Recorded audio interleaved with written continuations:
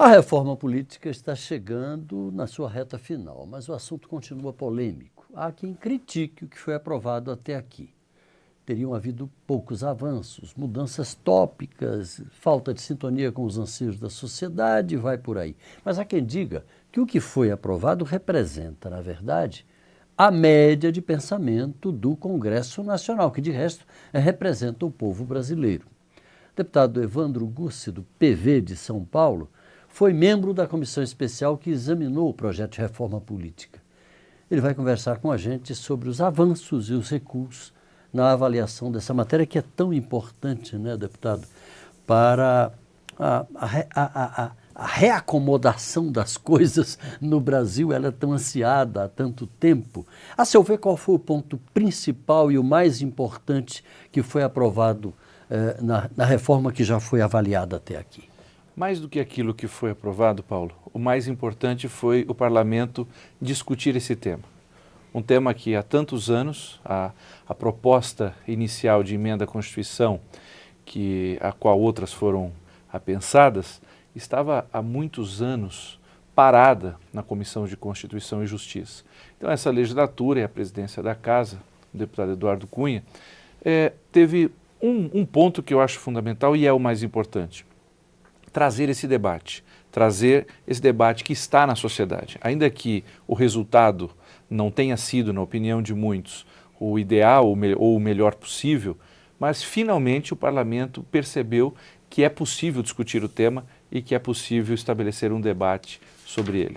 O senhor ficou frustrado com a não aprovação do voto distrital? Pessoalmente... O senhor lutava por ele lá na comissão, né? Pessoalmente e politicamente frustrado, sim, mas ainda esperançoso, porque é um tema do qual o Brasil... Acha que o Senado ainda pode... Não, eu não acho que o Senado possa fazer algo agora, não há um clima ainda para isso. Mas o voto distrital, ou seja, diminuirmos a circunscrição eleitoral, ou seja, o lugar em que são eleitos os deputados, independente do sistema, porque você tem sistemas proporcionais, sistemas majoritários, mas hoje no mundo inteiro o tamanho do distrito eleitoral ele é sempre pequeno. Estabelece uma identificação muito maior entre o eleitor e o eleito, em todos os reduz sentidos. Os custos de campanha.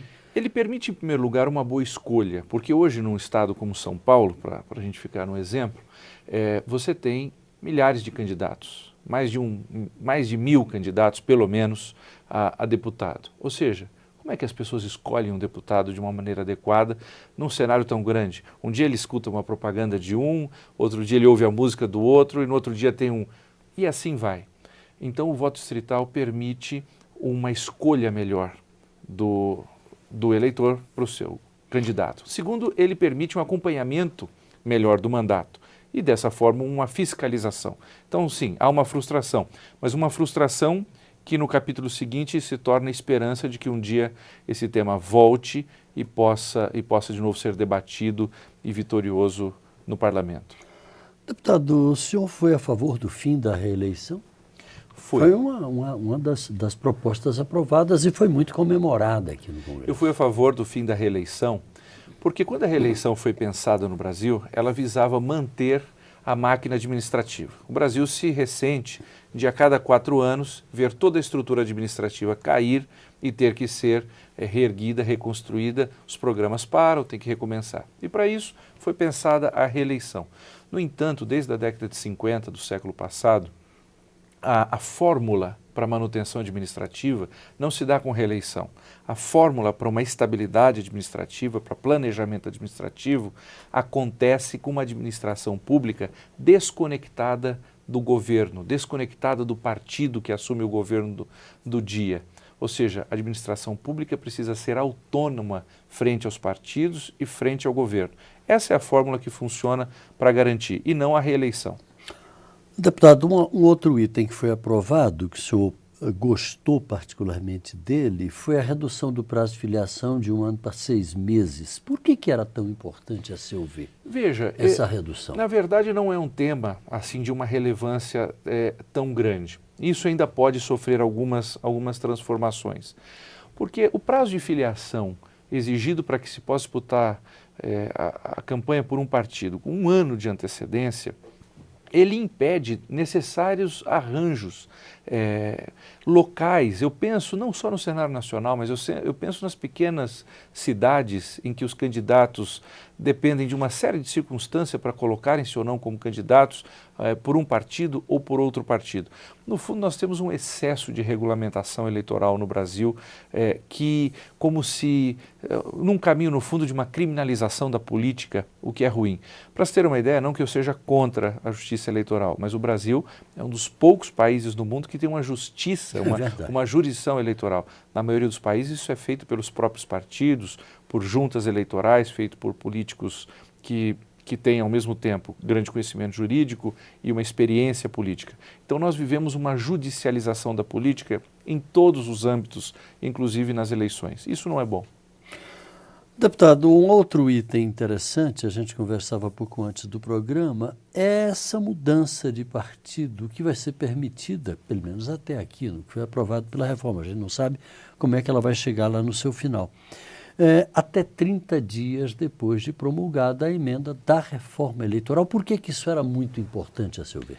Veja, esse foi um debate muito intenso no plenário, quando a votação, porque com a proibição de mudança com a proibição, famosa janela, né? A chamada janela. Inicialmente a gente brinca que era um portão, porque previa eram 6 meses esse prazo, e agora uma janela de apenas 30 dias.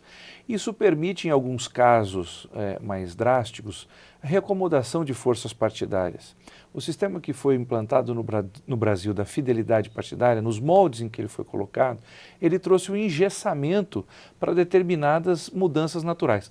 Óbvio que o que nós vivíamos no passado, digamos assim, uma migração sistemática e desordenada de políticos por diferentes partidos, é um problema, não há dúvida. Por outro lado, o engessamento total que se colocou, fruto e também consequência do voto proporcional, ele também não funciona. Então a janela foi vista como um meio termo, nesse momento, pelo menos para esse momento, uma possível... Quebrou o galho. Quebrou o galho, criou pelo menos uma possível reacomodação onde isso é necessário. Deputado, um último item que o senhor se posicionou contrariamente foi a possibilidade dos militares, após o cumprimento de um mandato, poderem ser reintegrados à sua força de origem. Por quê? Veja, todo cidadão ele tem como dever fundamental, dívidas impagáveis, o serviço à pátria, o dever à pátria. Mas os militares, nós, civis, fazemos isso por determinadas intermediações. Nós fazemos isso, por exemplo, pela intermediação partidária. Já o militar tem ele presta um serviço à pátria, uma dedicação à pátria imediata, sem mediações. Esse é um ponto. Quando o militar precisa, filiando-se a um partido, para também servir à pátria, porque como parlamentar, como prefeito, ocupando um cargo público, necessariamente ele estará servindo à pátria, como eu procuro fazê-lo. Mas aí ele faça por mediações. Então, ou seja, se eu tenho uma instituição que pressupõe o caráter imediato e tenho outra que pressupõe o caráter mediato, tem uma mediação, ambas não podem conviver. O segundo ponto é que o militar está sujeito a um regime de hierarquia e disciplina. Regime que não se aplica a membros de poder. Né? Aquele que é membro de poder, mesmo que seja um vereador na menor cidade do Brasil, ele é membro de poder, ele não tem sujeição hierárquica a nenhuma outra autoridade.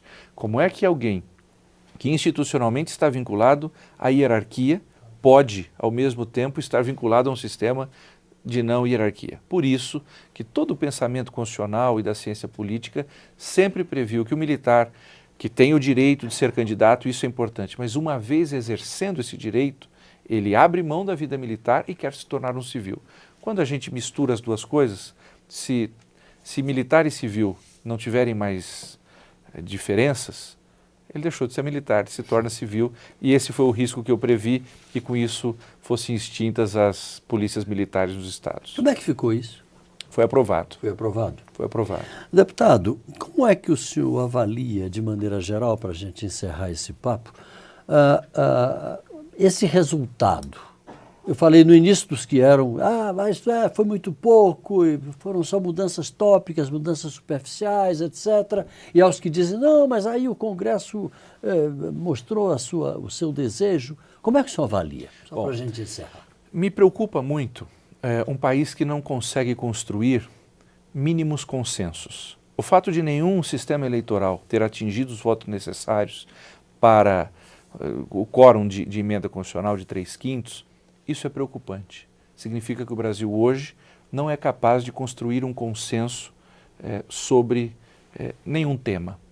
Isso que nós vimos no plenário da Câmara dos Deputados, no fundo também é um reflexo da sociedade brasileira que tem hoje dificuldades na construção do consenso. A falta de consenso, ela compromete a concórdia política.